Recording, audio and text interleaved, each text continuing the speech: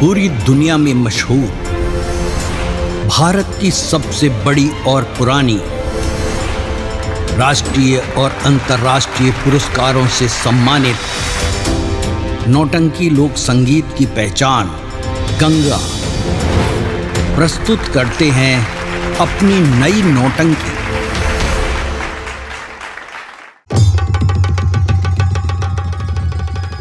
हमारा नाम सुखल शर्मा है। शर्मा भाई। हाँ भाई। राम राम भाई, राम राम। राम राम भैया। क्या काल बा? अरे बड़ा बढ़िया बा, अपन सुनाओ बाबू। महाराज रवा के जो तो नहीं आ दरबार से और बुलाहट आइल बा हमार। हाँ। अरे दरबार से बुलाओ टाइल बा। अपन हथियार ले ली। अच्छा। हथियार लेकर दरबार में चली। चली। अरे साथे साथे चल। महाराज के दरबार में चले के बाद हाँ हाँ हाँ वो अपन हथियार लेकर चली। हाँ चली, हम लेके आवत हैं। चली। महाराज। द्वारपाल। हाँ महाराज। क्या हुआ? शर्मा से मुलाकात हुई? हाँ सुखल भाई भेट रहा उनका बुला के लिए नहीं है। अरे सुखल भाई हो। सुखल भाई। हाँ भाई। आ गए भाई, आ गए। महाराज की जय। जय हो। शर्मा जी कहाँ गया महाराज? आपको मालूम है मैं किस लिए बुलाया हूँ? जी ना। नहीं मालूम है। हमारे बाग में एक फूल है जी, जो दिखाई दे रहा है। हाँ सरकार। इसी फूल की खुदाई करना है। अच्छा। कि इसके पेड़ के नीचे क्या रहस्य छुपा है। जी। चल सकते हैं आप? काहे ना चलो हुजूर। ठीक है, बुला कर चलिए। चली। चलिए बुला कर चलिए।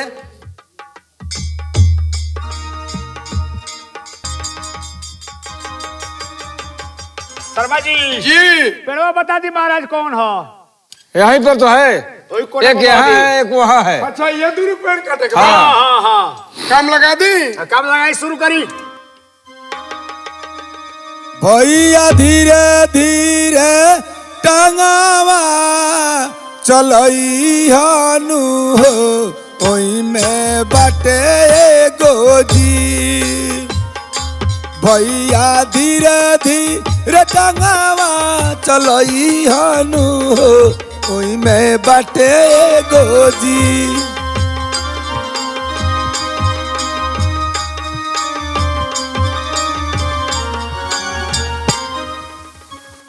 हे भगवान, इतना जैसे हम टांगी चलौनी महाराज बड़ा है? सुंदर एगो लड़की। क्या भगल? क्या हुआ है? भगल महाराज। अरे क्या हुआ रे? हम पेड़ के जड़ी से लड़की। लड़की? ओ ना लड़की, लड़की पेड़ के जड़ी से लड़की। आई बाप, आई बाप। दूसर को कटवाई, दूसर को कटवाई, दूसर को कटवाई। देखा जो यश काली करता।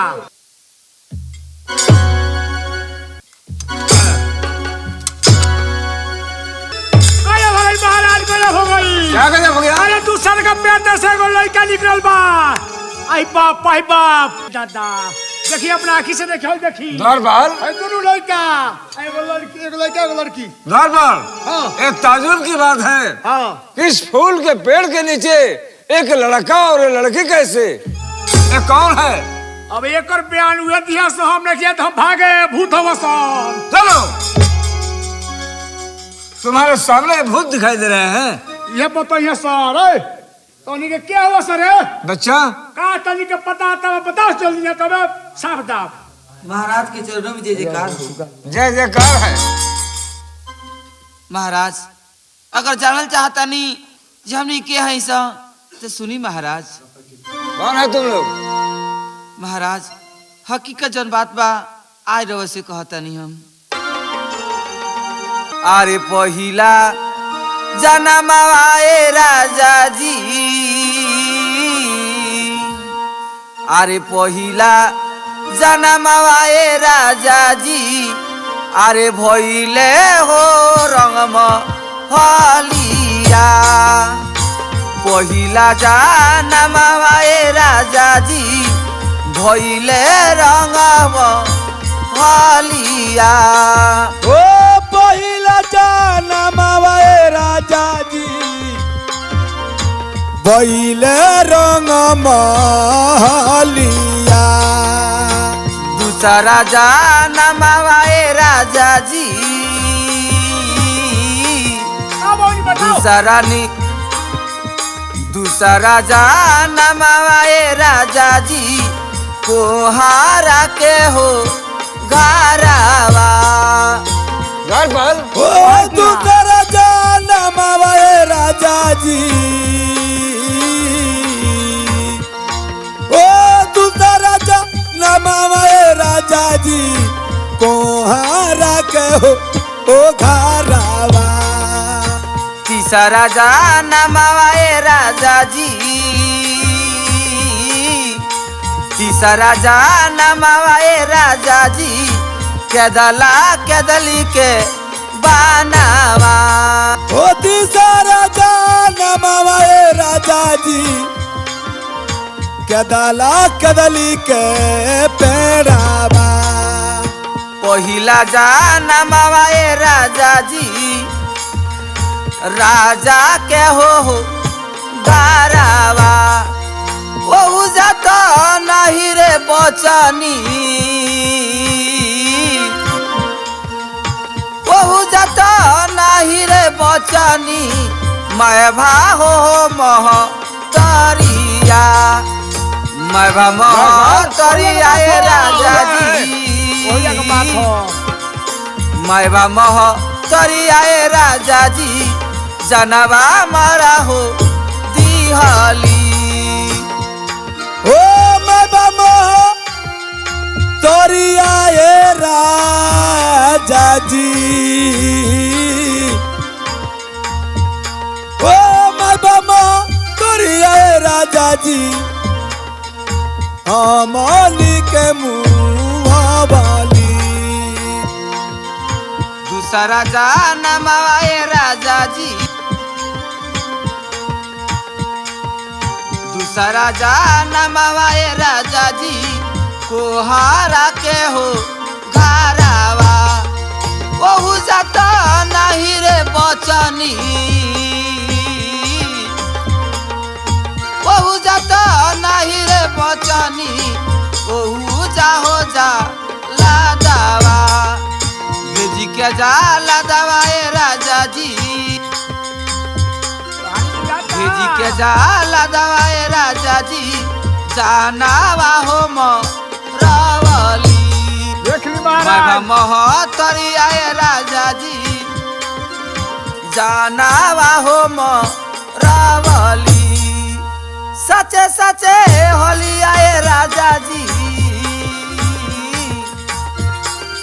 सचे सचे होलिया ए राजा जी रौरा से हो हम कहानी। दूसरा जगहिया ए राजा जी रौरो तो होइए राजा जी हमनी के हो पिताजी। लड़किया रुका, कितना बात कहता रू, ई बात खोल के बताओ कि का घटना हुई बा। साफ साफ बात बताओ, तेरा महाराज। साथे हमार महाराज निमन फैसला करे। महाराज सुनल चाहता नहीं तो सुनी महाराज। पहला जन्म रौरे घरे भइले हमनी के दोनों भाई बहन रौरे घरे पर जन्म लानी सन, लेकिन हमरे महतारी के संगे बड़ी अत्याचार भइल महाराज। जन्म होते हमनी के माय बाप महतारी हमनी के एगो कुहार के आवा में ले जाके फेंकवा दहली। ओहू जा हमनी के बस बकसली ना। जब हमनी के सियान भनी सन तो हमनी के जल्लाद भेजवा के हमनी के जान मारवा दहली। तीसरा जन्म में आज केदला केदली के जन्म में वृक्ष में पैदा ले रही है सन। आज राउर कृपा भइल तो आज वृक्ष से उधार हो गई सन। महाराज हमनी के रौरे पुत्र हैं सन। बेटी बेटा पिताजी हे भगवान राउर महिमा गमा पारबा, देर भरी लेकिन दुरुस्त भली। पिताजी पिताजी आज तक हमनी के अपना महतारी के नेखी से देख ले, जेकरा पेट में हमनी के दोनों भाई भाई 9 महीना रहनी सन।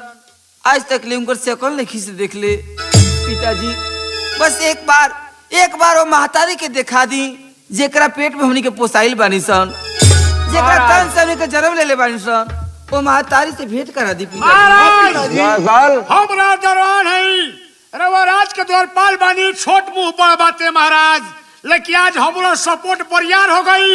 आज हम कुछ खुल के कहे चाहते हैं महाराज। क्या कहना चाहता है? जितना ही लड़का लड़की बात कहे वालो ये सच बात हो। हम डरे ना बोलते रहे कि 6 जने के बीच में हमारा कुछ उम्र निकल जाये। तो सब जानता था। अब हम पानी देखला पानी। रे मूर्ख, तो पहले क्यों नहीं बताया हमसे?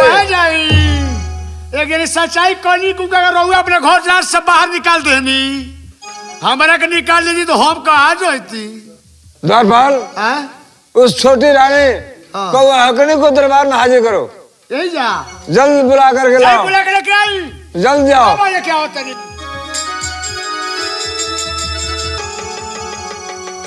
महाराज की जीवों के जय जयकार हो। जय जयकार है। छोटी महारानी। हाँ महाराज। इन दोनों बच्चों को तू पहचानती है? ना महाराज। तू नहीं पहचानती है? छोटी महारानी, मैं तुम्हारे साथ बहुत बड़ा घात किया हूँ। ये दोनों बच्चे तुम्हारे ही हैं।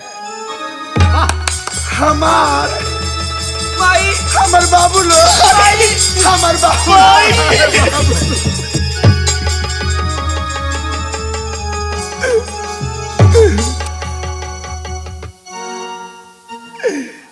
बाबू माई बाबू ने माई माई हमनी के छोड़ के तू कहाँ रहलू है माई?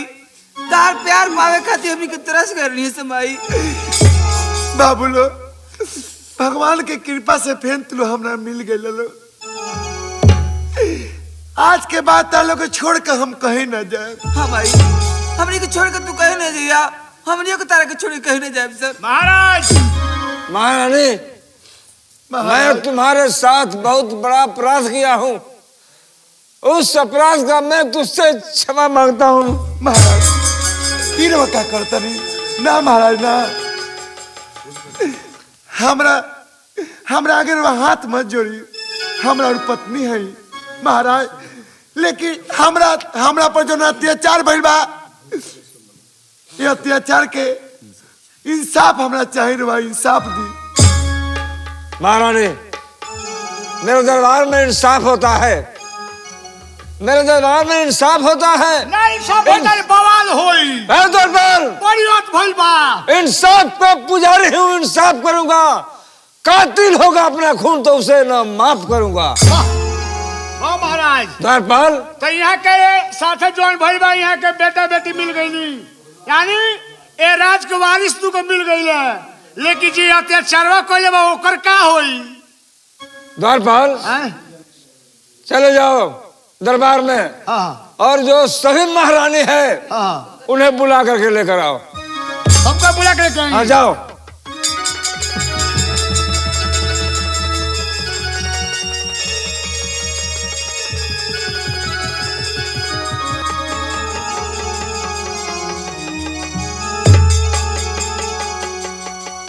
रे मझिली।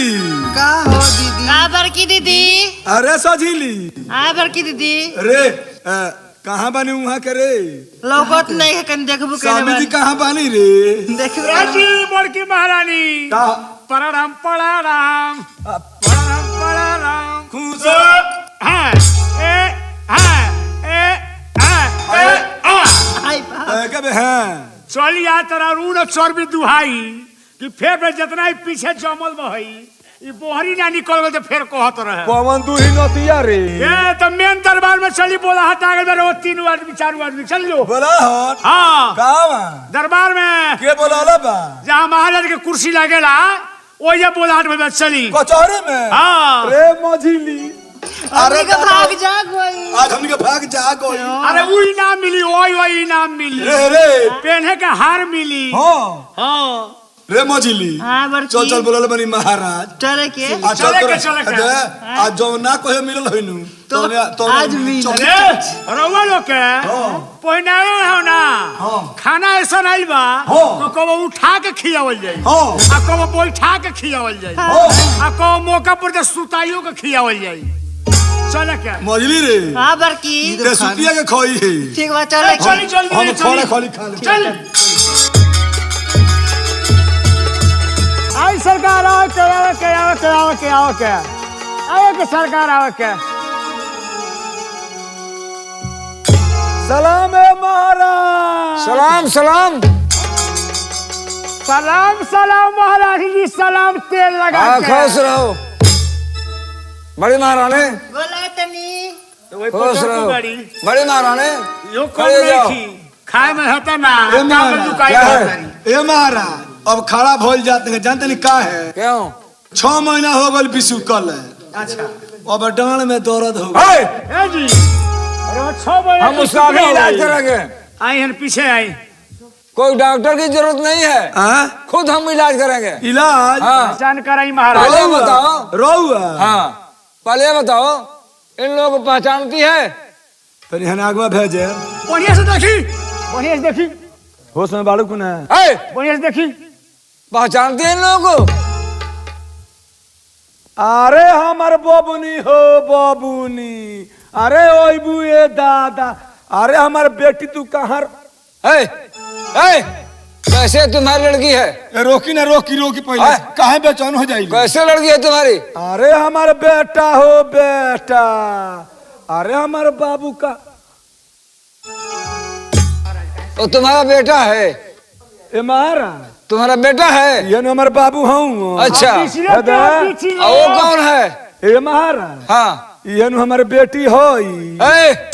वो बीच में जो खड़ी है वो कौन है? छोटको छोटको।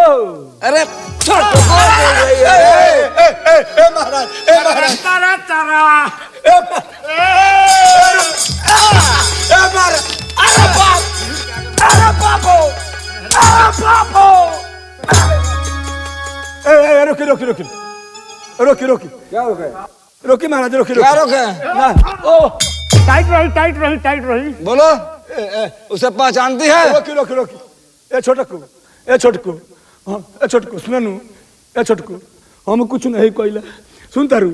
ए छोटको, छोटको, ए छोटको हमरा का बचा लो। दीदी क्या कर रही है रे? ए महाराज वो मत मारी है, चर्बिया पे मारी, चर्बिया पे। अरे लो लो, अरे लो लो हो। है पे मारी, है पाया। अरे बाप हो बाप, अरे दादा हो, अरे बाप हो, अरे दादा। वो तो कोई रोक ना जाई, कतला मारा तानी। आपको कोई माफी मांग ली, माफ कर दी। ऐसे नहीं छोड़ेंगे हम। ए महाराज पहले बतिया सुनी। अब बोल। मैंने हेलिया को माफी मांग ली है दादा। ए महाराज पहले बतिया सुनी। क्या कहना चाहती है बोलो? अरे वो काहे मारा तानी? अरे गाड़ बाल। हाय तू जानी बाल है कि ना मत। ऐसे नहीं छोड़ेंगे। भाई लॉकडाउन। बोलो जी, इन लोगों को कहने का अनुसार तुम लोग भी हाय हाय हाय हटो। क्या हो रे? तू भी इनका साथ दी थी? नहीं हमने किए। तू नहीं की है? नहीं। अरे की है कि नहीं की है? नहीं की है? और सुनला है, सुनला है। अरे दादा नहीं की है? दादा साखी और सद गोल जाए। हैं? पीछे आई 3 नंबर में, और तीसरा चलो। को बाड़ी है दही, चलो मोलाम को बाड़ी, अब इनको तो दासा देख ली। आओ पिंटू बोलो। महाराज हम कुछ नहीं किए हैं, बड़ी दीदी ने कहा वही करे। बड़ी दीदी कहा दीदी कुएं में कूद जाओ तो कूद जाएगी? ना बोल। कूद जाएगी? नहीं कूदेगी। क्या वैसा की? तू इन लोगों के विषय में सोची कि मैं क्या कर रहा हूँ? क्या करे रे? बोल। वाह मजा आ गई हमरा। अब तू मुझे तनख्वाह नहीं हो मिली, हमारे कोनो बात नहीं है। द्वारपाल, अब इन लोगों को ऐसा फैसला सुनाई, ऐसा सजाए दिए लोग के कि ये लोग के सजाए देख के दूसरों केहू के मन में ये बात ना होके कि केहू के बेटा बेटी के संग अपना राज में कबोएगा हो। मैं इन लोगों को वही सजा सुनाना चाहता हूँ कि इन लोगों का जो बाल है सर का छिल दिया जाए। अच्छा। और गड्ढा खुनवा करके इन लोगों के सर पर दही गिरा कर कुत्ता से चटवाया जाए और सारे प्रजा से पचलती गिराया जाए। महाराज हाँ जा तनी सूखा सजावा में लेके आओ तनी। राजाऊ हो राजाऊ। चुप। अरे लालाऊ हो लाला। क्या बोल रहे हैं? लालाऊ हो लालाऊ। मारी ने महाराज, मारी मारी लगे गाय आई करो लो। अबे बाकी है रे।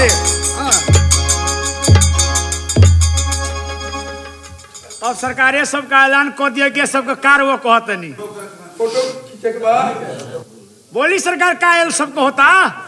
इस राज का उत्तराधिकारी ये मेरा बेटा बनेगा और बेटी जो है इसको सुंदर घर सुंदर बर ढूंढ करके इसका शादी किया जाए। हाँ महाराज।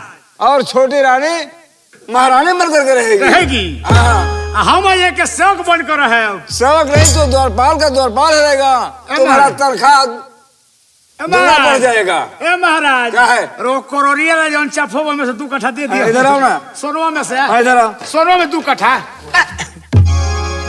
चलिए भैया यहाँ से मेरा ड्रामा समाप्त होता है। जी ड्रामा का नाम था सुंदरबन का सुंदर फूल उर्फ सती कौवा हकनी। ड्रामा समाप्त हुआ। यह संगम डांस एंड ड्रामा पार्टी के माध्यम से कंपनी मालिक कमला भारती जी, मैनेजर राहुल भारती रागनी परदेसी जी, मिलने का मुख्य पता ग्राम बड़का गांव लाइन बाजार, थाना मीरगंज, जिला गोपालगंज, बिहार। गंगा कैसेट के माध्यम से सेवा चल रहा है। प्रेम से बोलिए शंकर भगवान की, आनंद कंद भगवान की जय। राघोपति राघव।